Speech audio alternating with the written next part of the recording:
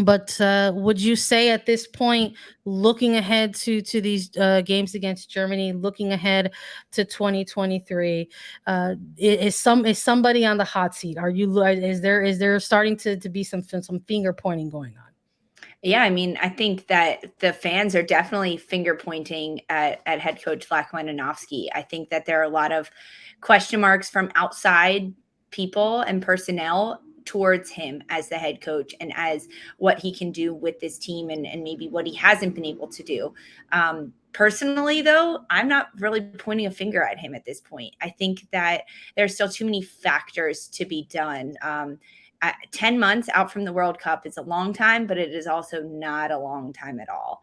And Vlatko Andonovski had to deal with going to the Tokyo Olympics in 2020 without really having a squad to practice with, right? Like that was after the COVID year. We've talked a lot about this, how you couldn't bring in new players because there wasn't training. So you had to just stick with the old players. And he couldn't bring in any new tactics or formation because there was no time to train and go with that. And that's been echoed about the national team for years. It's not the same as a club team. You can't just change things when you go to a friendly and you have players with you for 9 days.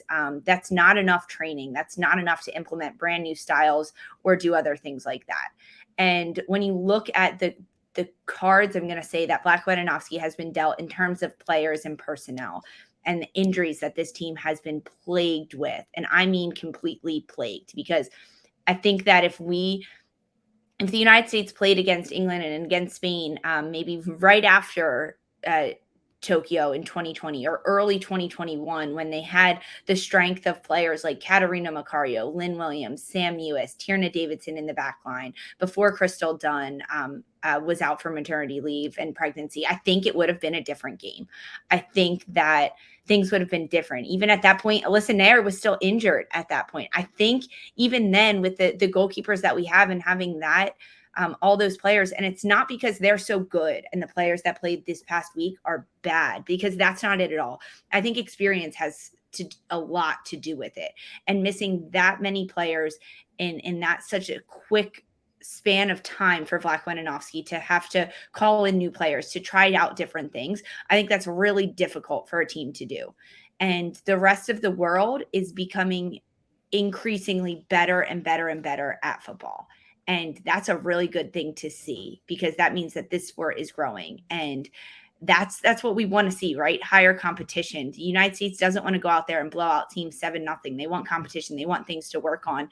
And they found a lot of things to work on in these 2 European friendlies against England and against Spain. I think some really big bright spots is the goalkeeping. I was really happy to see Casey Murphy get 90 minutes against Spain. I think that she was put under a lot of pressure with not a lot of defensive stops in front of her. We talked about the first goal, it being a missed clearance, a bad defensive no clearance by the defenders. She couldn't see, she can't make that save. But there were a number of saves. I mean, there's one coming to mind in the second half that probably could have been a goal, depending on any other goalkeeper that would have been between the sticks for the United States. And Murphy is able to kind of parry it out wide on a Spain shot. I think that that's a big bright spot for Vlatko Andonovski and for this United States team. But Yeah, I think that's fair. I think that's fair price. Yeah. Yeah. I think with the 2 friendlies against Germany in November, I think there's a lot of question marks around that,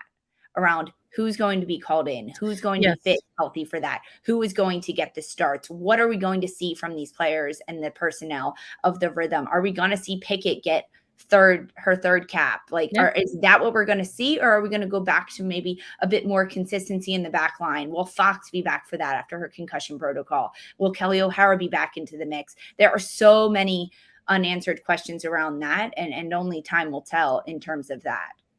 I'm with you. I'm curious about it as well. I think we've typically seen, at least under head coach Vlatko Andonovski, that the later stage of the calendar year is a time to sort of rotate in players. I mean, there are players who have sort of become staples over the last year on this team because of time that they spent with the U.S. Women's National Team program last November with that trip to Australia, right? We're seeing Sofia Huerta sort of, coming a year from that with this national team. So I am curious as to who will be available for those games against Germany. It's a little bit different because they're going to be stateside and playing on U.S. soil, but we're talking about a week or so removed from an NWSL championship final. Who is going to be playing in those finals? Who's going to be available? Against the Germans out of the conclusion of the NWSL postseason. Those are all question marks that we'll hopefully have more answers to further along the line. And quite frankly, just a few weeks, it feels like at this point. But I'm with you. I don't know if I would say that I agree with all of the panic in light of having all of the information in front of us. But I don't think it's unfair to sort of bring the heat on a little bit on a program that has placed so much expectations upon themselves, and and of their performances and their players. So And we'll see. And in terms of everyone pointing fingers at Vlatko and saying like, hey, we got to get him out. There's a lot of good coaches in the NWSL. Coaching a national team is incredibly difficult. And Oh my Vlatko God. was in Yeah. the As I NWSL. think everybody is seeing that already, right? So like Yeah, like was a that doesn't fantastic compute coach. to me. Yes, and Vlatko was a fantastic coach in the NWSL, and maybe that doesn't translate as easily and as seamlessly as a lot of people thought, and maybe even Vlatko himself. I mean, I'm speculating 100% on his thoughts on this, but I don't think going from having a team for 10 months of the year, 9.5 months of the year, and having training 5 to 6 days a week with consistent games once a week translates at all to being on a national team and having players that are scattered across the country under different coaches, under different tactics and different mindsets and different formations around different players, and then bringing them in for about 8 or 9 days of training with 2 friendlies against tough competition is the same. They really are just, they don't compare by any means. All right. I like it, Lisa. You like it. I love it. We'll see. We'll see where this team is at when they get ready to take on Germany in November. I'm sure we will be back with more about it, all around it, previewing it, recapping it, all of those things. For now, United States women's national team on a 2-game skid. We'll see if they can bounce back